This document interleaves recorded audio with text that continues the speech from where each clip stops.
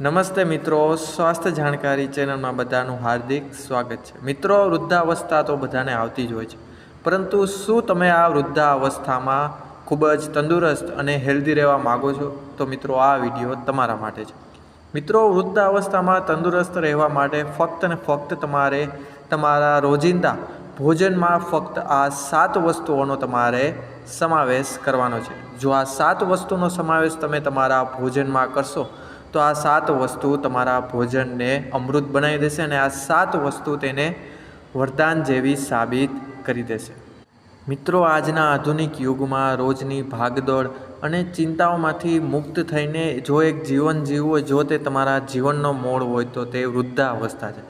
પરંતુ જો આ વૃદ્ધાવસ્થામાં તમારું શરીર તમારો સાથ ન આપે તો આ જ વૃદ્ધાવસ્થા તમારા માટે શ્રાપ બની જાય છે। માટે જો આ વૃદ્ધાવસ્થાને તમારે ચિંતામુક્ત અને શાંતિથી જીવન જીવવું હોય અને તેનો આનંદ માણવો હોય તો આ 7 વસ્તુઓને જરૂર તમારા ભોજનમાં સમાવેશ કરજો।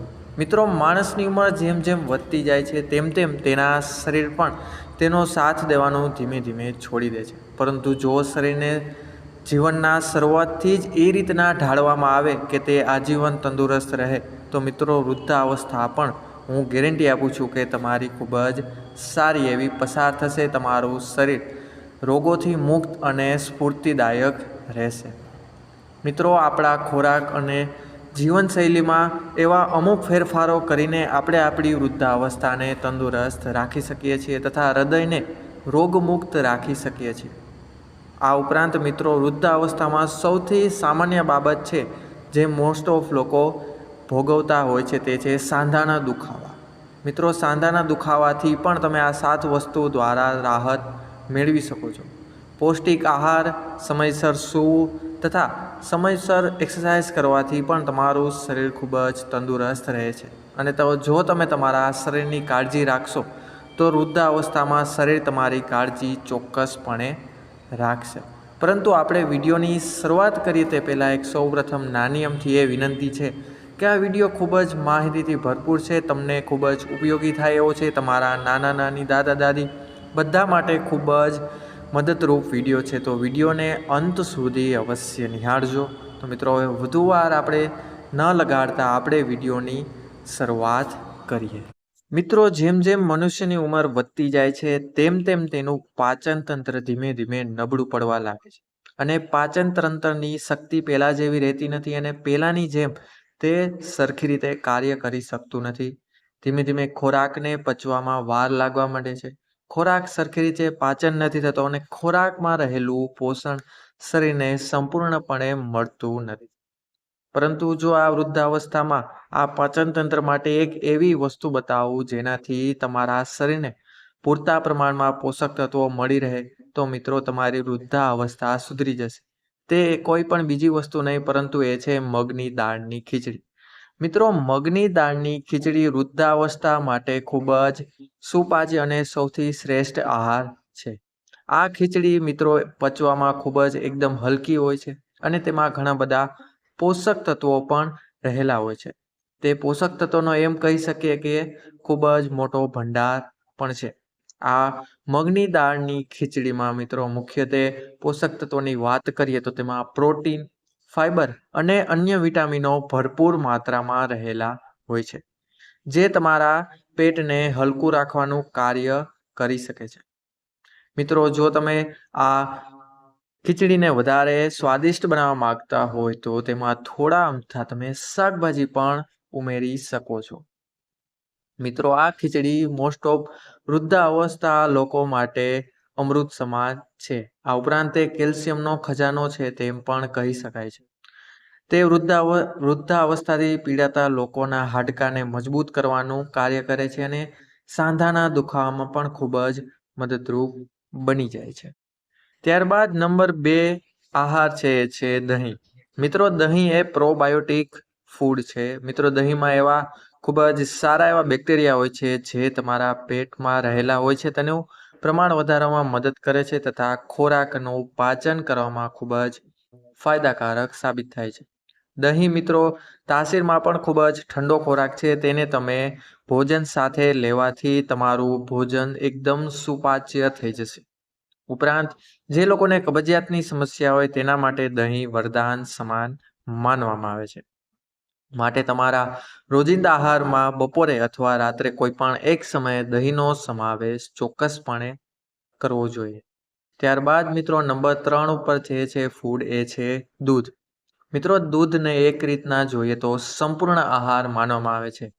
વિટામિન સી ને બાદ કરીને તેમાં મુખ્યત્વે બધા જ વિટામિનો રહેલા હોય છે. વિટામિન ડી રહેલું હોય છે જે હાડકાને મજબૂત કરે છે. તેમાં કેલ્શિયમ રહેલું હોય છે જે તમારા હાડકાને ખોખલા થતા બચાવે છે.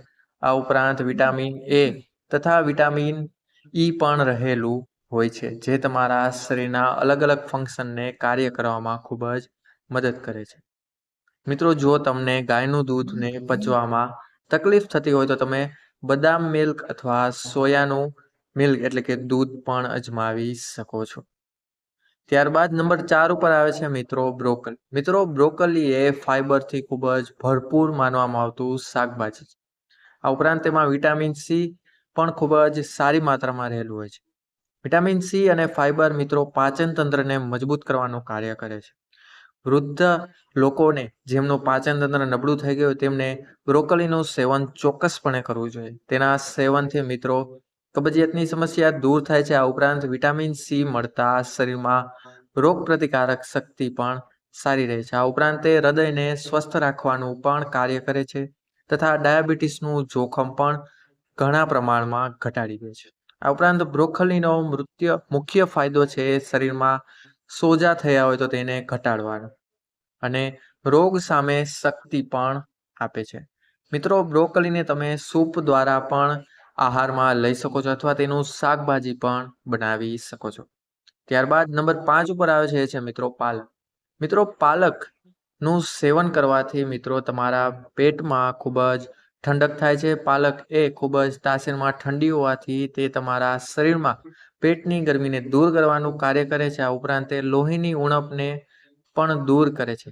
સાથે સાથે પાલક એ તમારા આંખની દ્રષ્ટિ માટે પણ ખૂબ જ સારું માનવામાં આવે છે. આ ઉપરાંત પાલક આયર્નથી ભરપૂર હોવાથી મિત્રો તમારા શરીરની કમજોરી પણ દૂર કરે છે. સાથે સાથે તમારા શરીરમાં બ્લડ પ્રેશરને કંટ્રોલમાં રાખવાનું પણ કાર્ય કરે છે.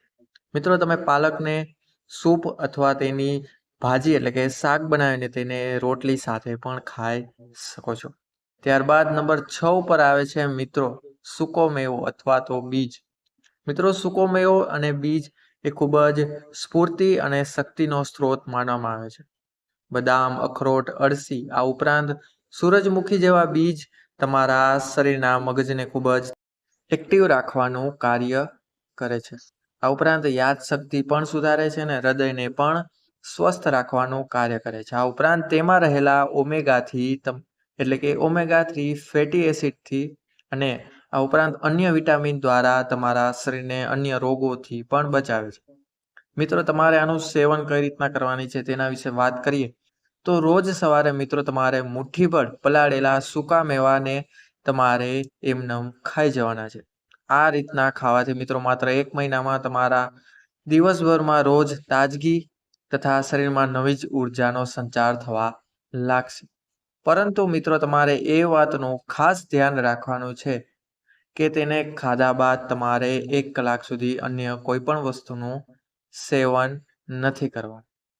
હા મિત્રો, ત્યારબાદ આપણા અંતિમ આહાર એટલે કે નંબર 7 વિશે વાત કરીએ.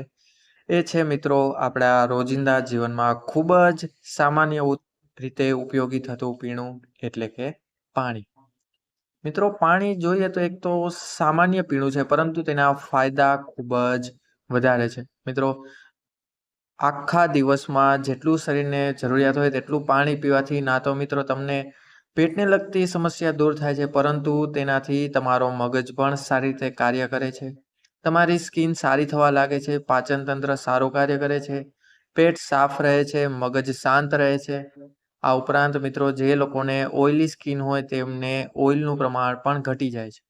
મિત્રો માત્ર શરીરને પૂરતા પ્રમાણમાં પાણી આપવાથી પણ તમે ઘણા બધા બીમારીથી બચી શકો છો. આ ઉપરાંત મિત્રો પાણી પીવાથી તમારું શરીર હાઇડ્રેટેડ રહે છે જેનાથી શરીરમાં રહેલા ઝેરી તત્વો ધીમે ધીમે બહાર નીકળી જાય છે. આ ઉપરાંત પૂરતા પ્રમાણમાં પાણી પીવાથી પણ કબજિયાતની સમસ્યા દૂર થઈ શકે છે.